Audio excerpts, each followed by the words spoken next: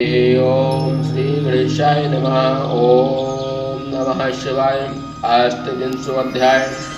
रोहिणी के साथ चंद्र की यज्ञ में प्रवृत्ति देख कर सती का यज्ञ में जाने के लिए शिव से आज्ञा मांगना।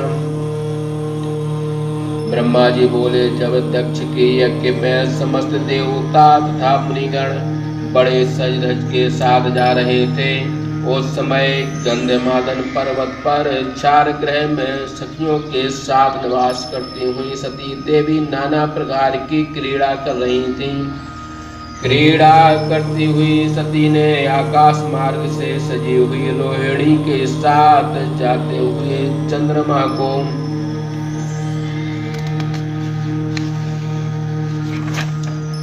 देखा। उसे इस प्रकार अलंकृत हुई चंद्रमा के साथ जाते देखकर सती ने प्राणों के समान प्रिय देशनी अपनी श्रेष्ठ प्रिया नामक सखी को बुलाकर पूछा। सती बोली, हे सखियों में श्रेष्ठ प्राण प्रिय विजय, तुम पता लगाओ कि रोहिणी के साथ यह चंद्रमा कहाँ जाता है।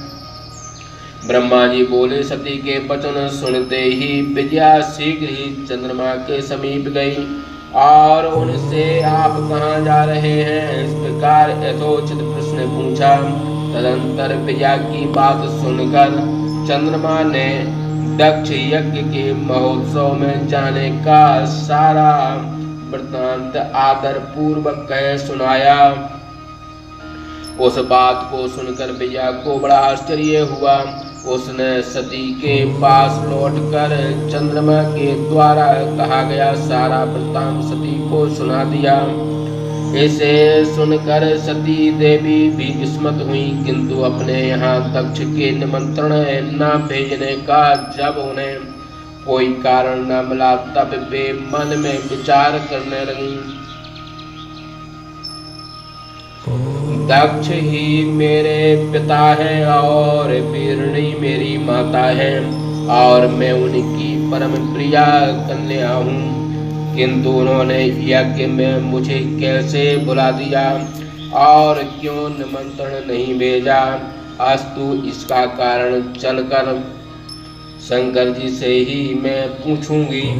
ऐसा विचार कर सती ने शंकर के पास जाने का निश्चय किया।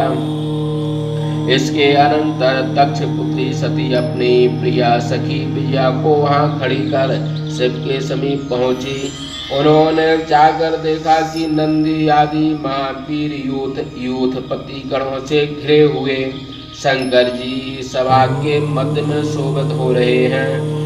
वे अपने पति सदाशिव ईशान को देखकर निमंत्रण न आने का कारण पूछने के लिए उनके पास पहुंच गईं। शिव ने बड़े प्रेम से अपनी प्रिया सती को सन्निकट बैठाया और अनेक प्रकार के मान पराशर वचन कहते हुए उन्हें प्रसन्न किया। अनंतर महालीला करने वाले सज्जनों को सुख देने वाले भगवान शंकर गणों के मध्य में उपस्थित सती से आदर पूर्वक बोले। शिव जी बोले, हे सती, तुम इस सभा के मध्य में आश्चर्यान्वित होकर क्यों आई हो। हे सुंदर कटी वाली, तुम इसका कारण शीघ्रता से कहो।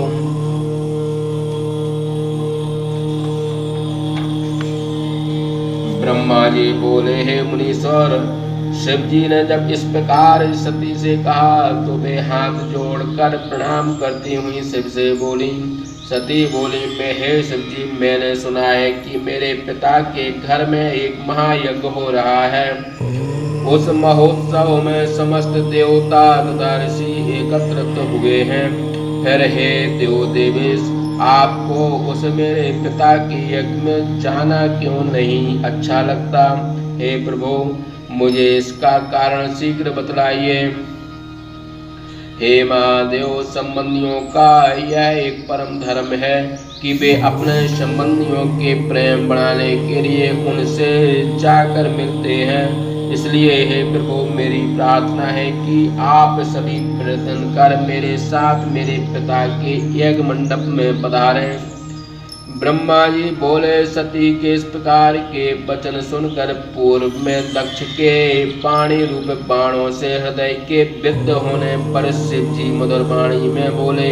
शिव जी बोले, हे देवी, तुम्हारे पिता दक्ष मुझसे विशेष रूप से द्वेष करते हैं। इस यज्ञ में जो देवता एवं ऋषि दक्ष का सम्मान करते हैं, वे ही मूर्ख इस यज्ञ में भाग ले रहे हैं। हे देवी, जो बिना बुलाए ही दूसरों के घर जाते हैं, वे मरण से भी अधिक अपमान प्राप्त करते हैं, चाहे इंद्र ही क्यों न हो। बिना बुलाए दूसरे के घर जाने पर लघुता प्राप्त करता है, फिर औरों की तो बात ही क्या। ऐसी अनाहूत दूसरे के घर जाने वाली यात्रा अनर्थ का कारण बन जाती है। इसलिए हे प्रिय, हमें तथा तुम्हें बिना बुलाए दक्ष के यज्ञ में नहीं जाना चाहिए। मैं यह सत्य कहता हूँ, मनुष्य अपने शत्रुओं के बाणों से घायल होकर उतना व्यथित नहीं होता जितना संबंधियों के द्वारा आक्षेप एवं निंदायुक्त वचनों से दुखी होता है। हे प्रिय, सज्जनों में विद्या, तप, बपु एवं कुल, ये 6 सज्जनों के गुण जब दुष्ट मनुष्यों में आ जाते हैं तो उनकी स्मृति नष्ट हो जाती है और मानी होकर वे तेजस्वियों की ओर नहीं देखते। ब्रह्मा जी बोले, जब इस प्रकार महात्मा शंकर ने सती से कहा, तब सती को महाक्रोध हो गया और वे वक्ताओं में श्रेष्ठ भगवान शंकर से बोली। सती बोली, हे शंभो, आप वह सर्वेश्वर है जिनसे यज्ञ सफल होता है, किंतु दुष्ट कार्य करने वाले मेरे पिता ने आपको आमंत्रित नहीं किया। हे भव, मैं अपने दुरात्मा पिता का तथा उस यज्ञ में गए हुए उन दुरात्मा देवता तथा ऋषियों का अभिप्राय जानना चाहती हूँ। हे प्रभु, हे नाथ, इसलिए मैं अपने पिता के यज्ञ में जाऊंगी। आप मुझे जाने की आज्ञा दीजिए। ब्रह्मा जी बोले, जब सती ने स्यों ही इस प्रकार भगवान शंकर से कहा, तब सब कुछ जानने वाले सृष्टिकर्ता भगवान शंकर बोले। शिव जी बोले, हे देवी, यदि वहां जाने के लिए तुम्हारी अत्यंत इच्छा है तो हे सुमते, मैं तुम्हें आज्ञा देता हूँ। तुम अपने पिता के यज्ञ में शीघ्र जाओ।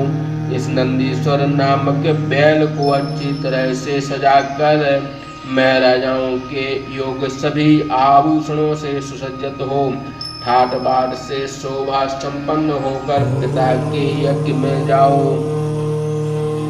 शिव जी के द्वारा इस प्रकार कहे जाने पर भी वह सती संपूर्ण वस्त्र तथा आभूषण पहनकर अपने पिता के घर जाने को उद्यत हो गई। परमात्मा शिव ने स्यों ही उनके लिए महाराजोचित सुंदर छत्र, चामर, सदृश तथा आभूषणादि वस्तुएं दी। शिव जी की आज्ञा से कुतूहल पूर्वक महोत्सव करते हुए 60,000 रुद्रगण भी सती के साथ चले। शिव प्रिया सती के उस यात्रा काल में शिव गणों ने महान उत्सव किया।